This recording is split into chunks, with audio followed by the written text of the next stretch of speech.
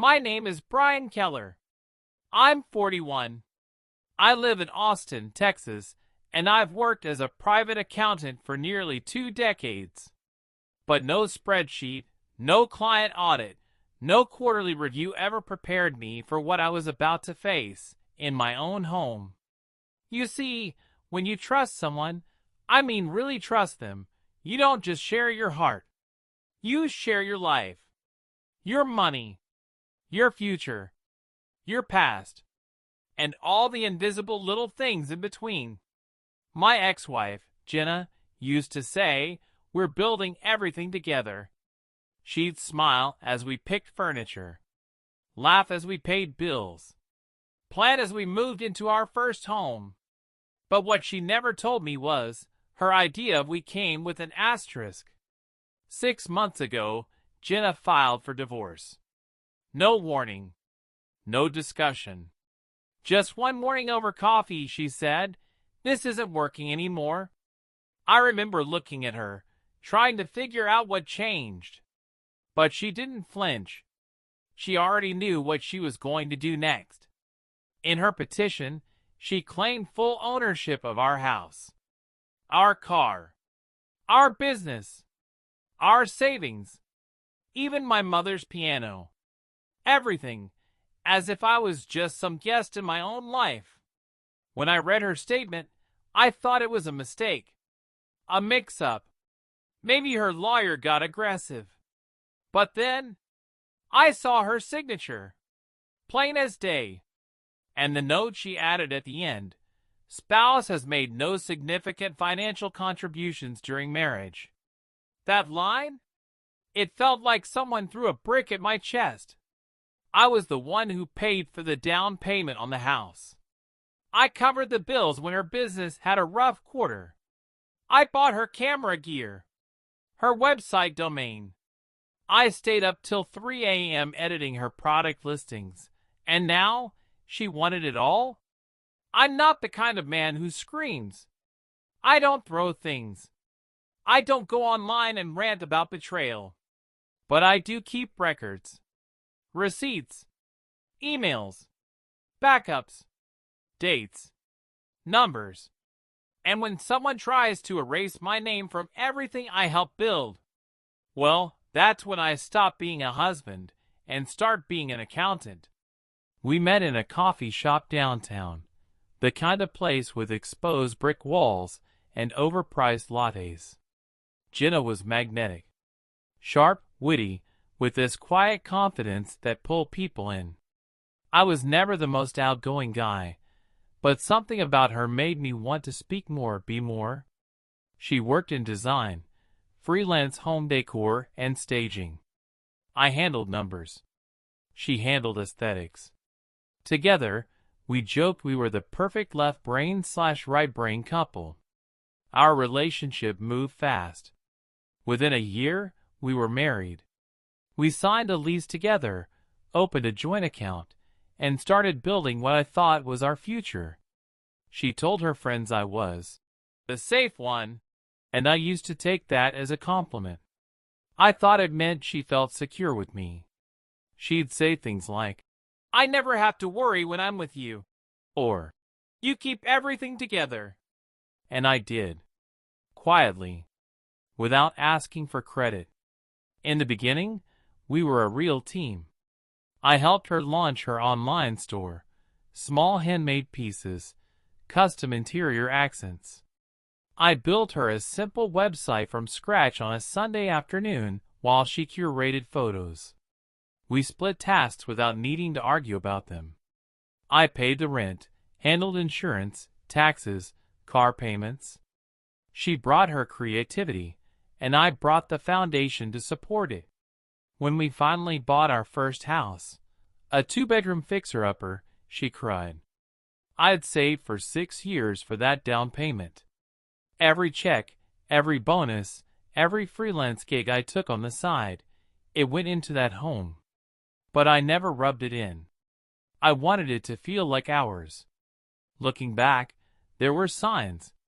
Subtle ones. She always wanted things in her name. The business account, the furniture orders, even the house utilities. "It's just easier that way," she'd say. She insisted she'd handle purchases because she had an eye for quality, but I was the one paying for most of it. Still, I didn't question it. I thought that's what love meant, trusting even when it doesn't all make sense. We hosted dinner parties, celebrated small wins, posted pictures of our dream life on Instagram. From the outside, we looked solid, balanced. I truly believed we were building something permanent. But slowly, quietly, things began to change. It started small. At first, I thought I was imagining things. Jenna would leave her phone face down all the time, even in casual settings. Her notifications stopped showing up. She'd excuse herself from the room to take client calls at odd hours. I didn't want to be that paranoid husband, the one who doubts without cause, so I let it go. I gave her space. Maybe too much. But then came the financial flags. Our joint credit card, the one I'd been using to track monthly expenses, suddenly had purchases I didn't recognize. High-end skincare, designer cushions, random Amazon shipments. When I asked about them, she shrugged it off. Returns in process, client orders, or business write-offs. I accepted it. I trusted her word over my own gut. But my gut kept speaking. The affection started drying up. The laughs we used to share were replaced with awkward silences. Conversations turned mechanical, like I was a roommate, not a husband. She stopped touching me, stopped asking about my day. Every time I reached for her, she pulled away emotionally, even physically. But she smiled through it all, which somehow made it worse. That fake calm, like she had already moved on in her head.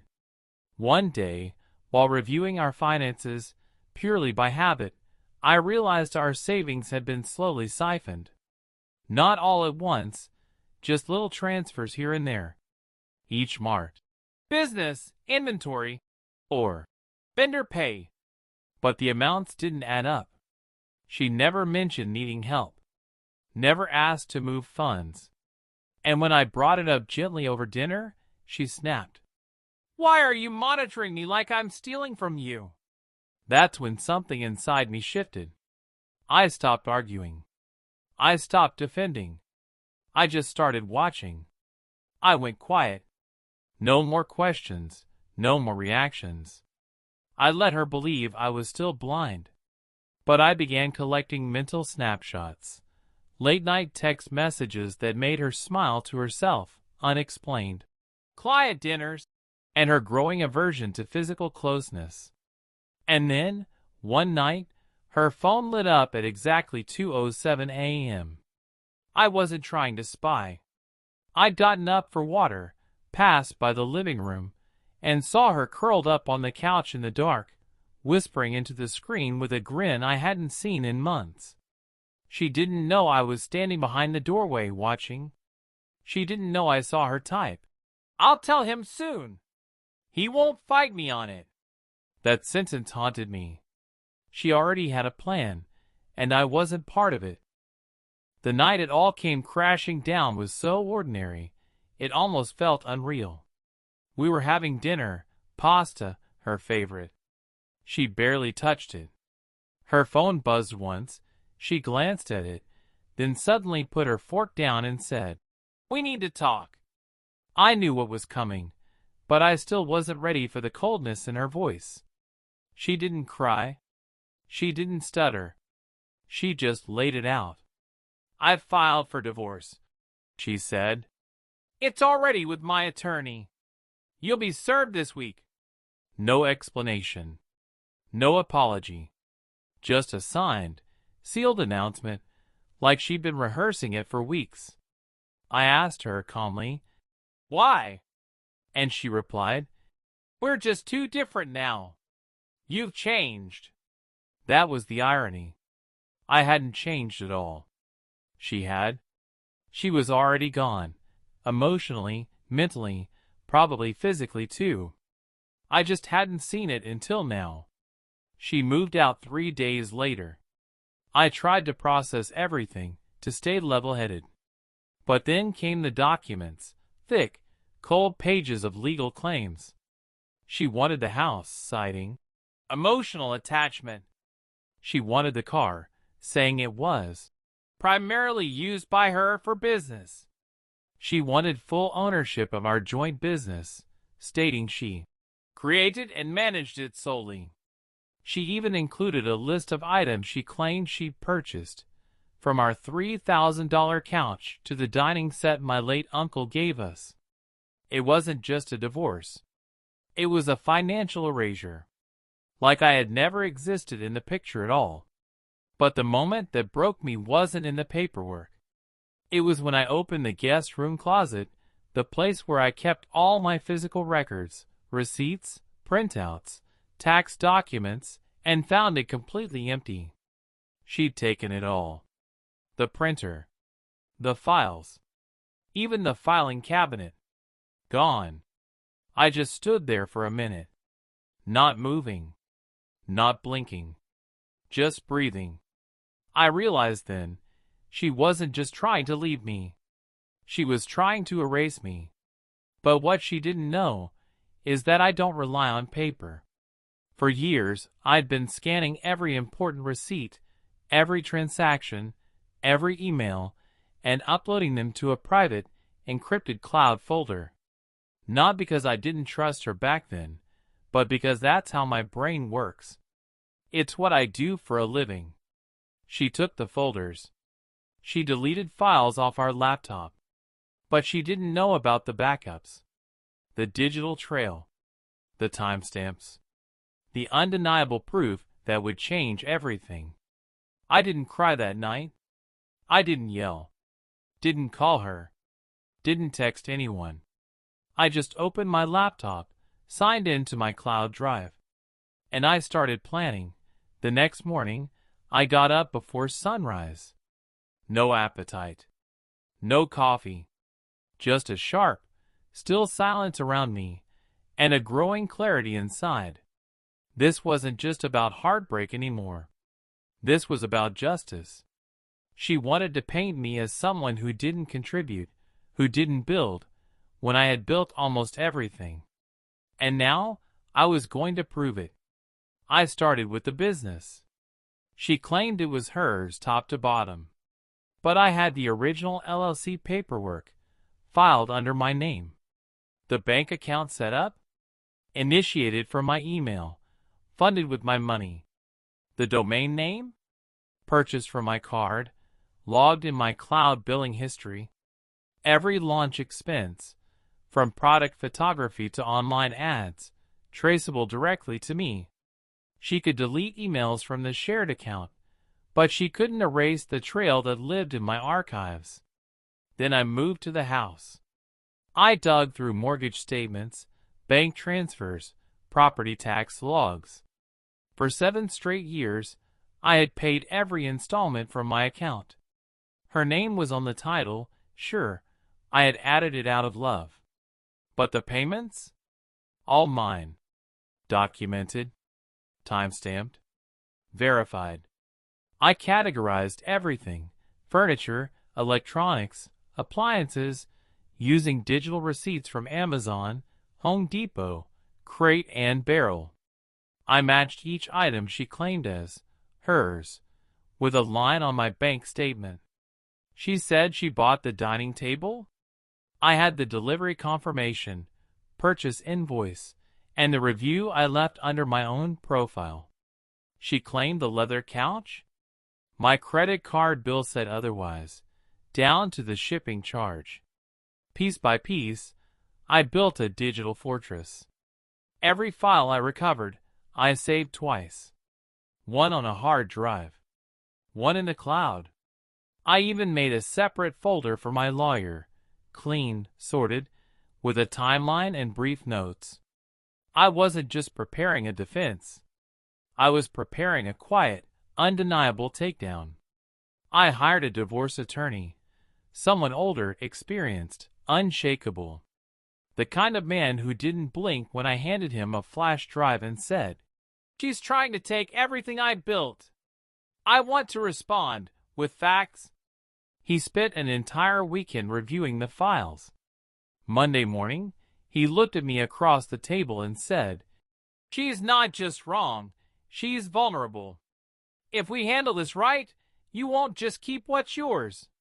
She'll walk away exposed." But that wasn't the goal. I didn't want revenge in the explosive, movie-style way. I didn't want to humiliate her. I just wanted her lies to fail. I wanted her story to collapse under the weight of truth. And that's exactly what I was building toward, one receipt at a time. The courtroom wasn't large, but it felt colder than I expected. Jenna sat across the room, dressed sharp, calm, confident, like someone who thought she was steps ahead. Her attorney did most of the talking at first. Their strategy was clear: paint me as financially passive, a man who just went along for the ride, while she built a business, furnished a home, and managed every adult responsibility. I watched them play their narrative like it was rehearsed theater. Then my lawyer stood up, briefcase in hand. No theatrics. Just quiet, methodical presence. He began by handing over a USB drive to the judge. "Exhibit A. Your Honor," he said, "we have organized financial records detailing 5 years of contributions, including home payments, business investments, and itemized personal purchases, all made by Mr. Keller." He clicked the first slide on the screen beside us. It wasn't dramatic. It was a spreadsheet, but with laser-sharp clarity. Every entry had a receipt. Every receipt had a date. Every item she claimed to own had a digital fingerprint, and they all traced back to me. The couch? Bought on June 11th, 2019, with my Chase card, shipped to our house under my name. The dining table? Paid for in full with a bonus I got that winter.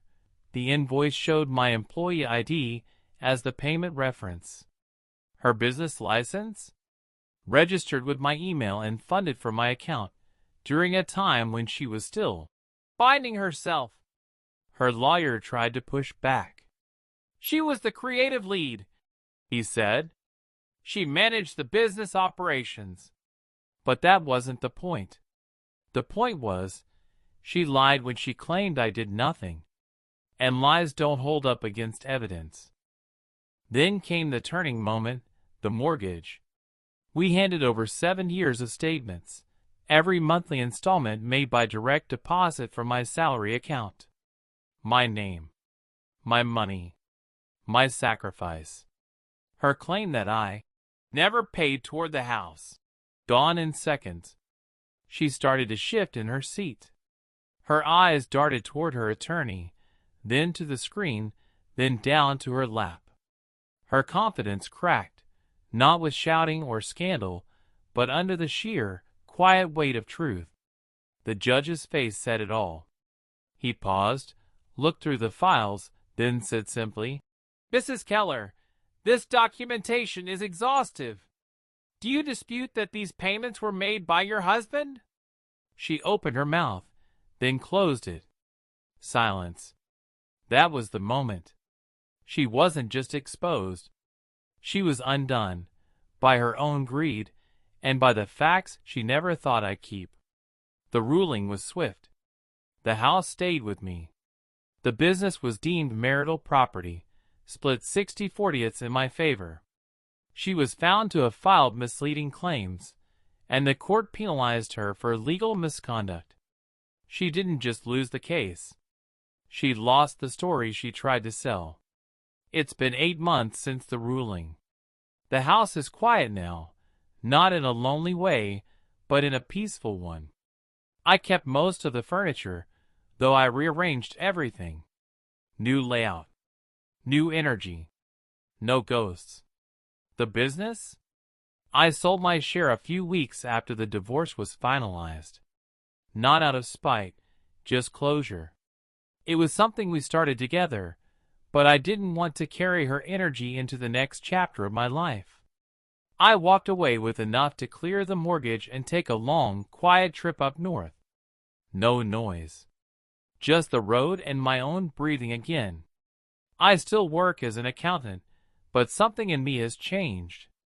I've started offering quiet consulting for men going through messy divorces, not as a job, but as a way to give back.